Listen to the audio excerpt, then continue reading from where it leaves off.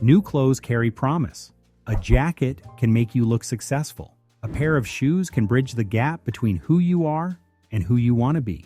The fashion industry relies on a psychological mechanism. It makes clothes that function feel like they belong in the past. You look in your closet and see items with no holes and no stains, yet a voice tells you those items hold you back. You feel a pull to buy something to face the present. Most people give in to this pull, but some don't. They pull away. They ignore the cycle. They wear the coat they bought 5 years ago. They sew a torn hem instead of throwing the garment in the trash. Is that being cheap? Do they lack imagination? Or is it that they simply do not care about how they look? Their psychology is rarely that simple. These individuals do not ask whether a shirt is new. They ask whether the shirt works. They evaluate their closet based on usefulness rather than novelty. They want to know if the garment fits their body. They check if it provides comfort during the day. They make sure it suits their daily tasks. Once those requirements are met, replacing the item provides zero psychological value to them. Some people replace clothes the moment trends change. Others replace them only when the clothes stop doing their job. A tear that cannot be fixed. A fabric that has lost its shape. Until a physical failure occurs, the wallet stays closed. They see no reason to fix a problem that does not exist. For many of these individuals, not buying clothes serves as proof that advertising does not control their decisions. They refuse to let the culture of consumption dictate their life. They stop letting society determine how their time, money, and attention get spent. People who adopt this mindset reduce their overall consumption on purpose. They might even accept a lower income. They make this trade for something they consider a priority. They trade possessions for autonomy and time. They step off the treadmill of earning money to buy items that signal success to strangers. When you stop shopping, you save money, but you also reclaim hours. Think about browsing store websites. Think about comparing brands and prices. Consider the energy used trying items on, returning products, and deciding what to wear every morning.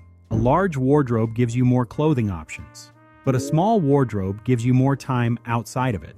People who rarely shop direct their attention toward relationships, health, nature, and learning. They read books, take walks, and build things. The time previously surrendered to commerce belongs to them again. To them, refusing to shop feels like reclaiming control over their desires. It acts as a rejection of the idea that every impulse needs to become a purchase.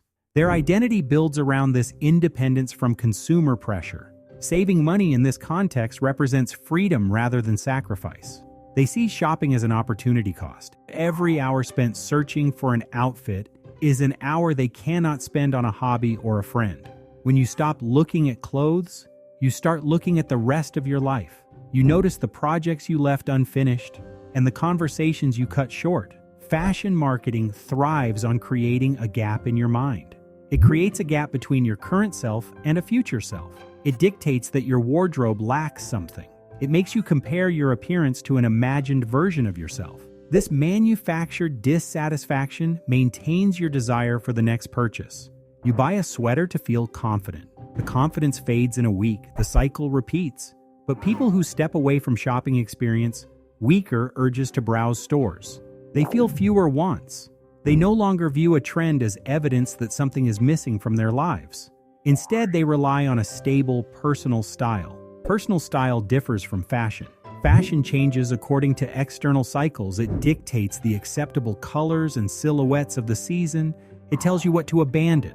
Personal style remains stable over time. It takes root in what fits the wearer. Personal style bases itself on the person's body, their routine, and their identity. People who stop shopping often become aware of what they like to wear. They learn to mix their clothes in new ways.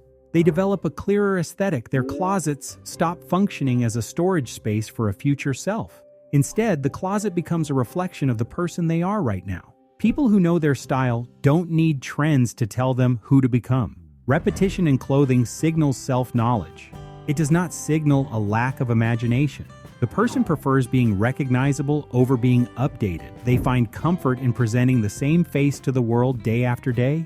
They build a signature look that requires no maintenance from the retail industry. Buying nothing is not fulfilling on its own. Fulfillment comes from appreciating what you have. Intensive and extended use of clothing means enjoying and getting value from your items. This practice is associated with psychological well-being. Emptying a shopping bag doesn't offer lasting emotional lift. The benefit comes from building a relationship with your clothes.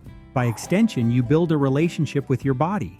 You stop viewing yourself as a project that requires constant upgrades. You view yourself as a finished person who needs garments to provide warmth and cover. When buying loses its status as a solution to boredom, creativity becomes useful. One person might create an outfit by buying a garment. Another person creates an outfit by seeing a garment differently. During periods where people stop shopping, they start mixing their pieces. They alter their garments to fit better. They seek out professional repair services to fix a broken zipper. They learn how to use a needle and thread. They dye a faded shirt to give it a second life. The constraint of not buying forces them to use their hands and their minds. A repaired garment tells a story. It represents skill, history, and care. It does not merely represent an inability to buy a replacement. People tend to maintain, wash, repair, or protect garments they perceive as valuable. That value stems from social and emotional connections, not the retail price tag. The more a person knows how to care for their clothing, the less a loose seam feels like an emergency. A stain becomes a puzzle to solve rather than a reason to discard the item. Taking care of things breeds a sense of competence that spreads to other areas of life. For many people, this care intertwines with environmental values. They focus on slowing the cycle of buying and throwing things away. They try to increase how long we use the things we own. It is not an opposition to wearing clothes. It is an opposition to treating clothes as disposable commodities. For a person motivated by the environment, wearing a sweater for another year is not a sign of neglect.